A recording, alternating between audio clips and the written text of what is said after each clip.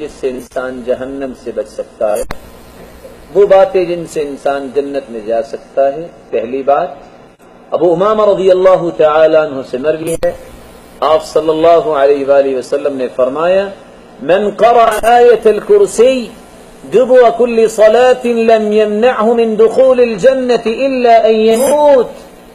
فرض نماز پڑھی ہے، اس کے بعد آیت الکرسی پڑھ لی ہے، آیت الکرسی پڑھنے والا اس کے اور جنت کے درمیان ایک ہی پردہ حائل ہے، وہ موت کا پردہ ہے، جس دن فوت ہوگا جنت میں چلا جائے گا۔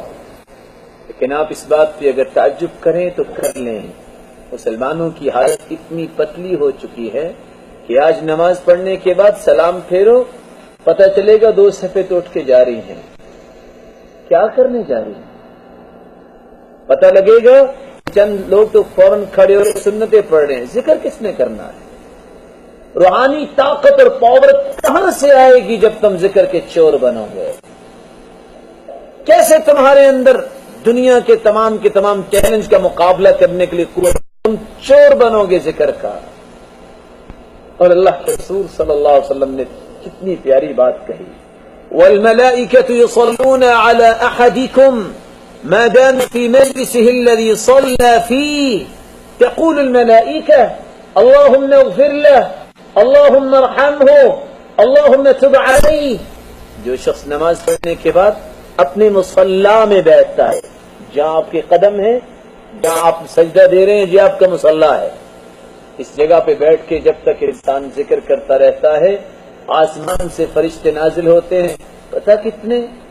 صحیح بخاری کی روایت کو ساتھ ملایا جائے، حتی یملأ ما بین السماء والارض، زمین و آسمان کا خلا فرشتوں سے بھر جاتا ہے۔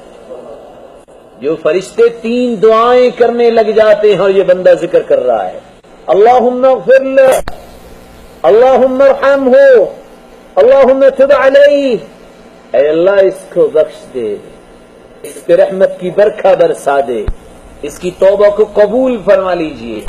میں آپ سے پوچھتا ہوں، جو ایک نماز پڑھنے آئے اس کی زندگی کے گناہوں کو معاف کر دیا جائے، اس کی توبہ کو قبول کر لیا جائے، اللہ کی رحمت اس کو ڈھانپ لے، بتاؤ اس سے کامیاب اور سعادت مند شخصیت کو دنیا میں ہے؟ تو پھر یہاں میں رکنا چاہوں گا، آپ بھی ذکر کیا کریں گے؟ میں پوچھ سکتا ہوں کہ آج عشاء کی نماز کے بعد پورا ذکر کس نے کیا ہے؟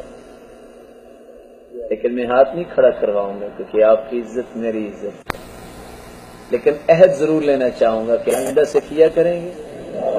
کون کون ساتھی انشاءاللہ وعدہ کرتے ہیں کہ جب تک ذکر نہیں کریں گے کوئی اور بات نہیں کریں گے؟ اللہ آپ کو برکتوں سے نوازے۔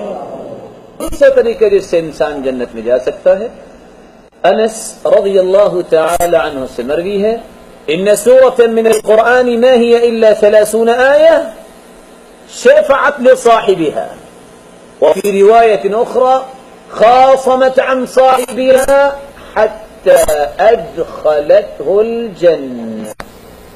قرآن مجید کی ایک سورت ہے جس کی 30 آیات ہیں، جس کو سورۃ الملک کہا جاتا ہے۔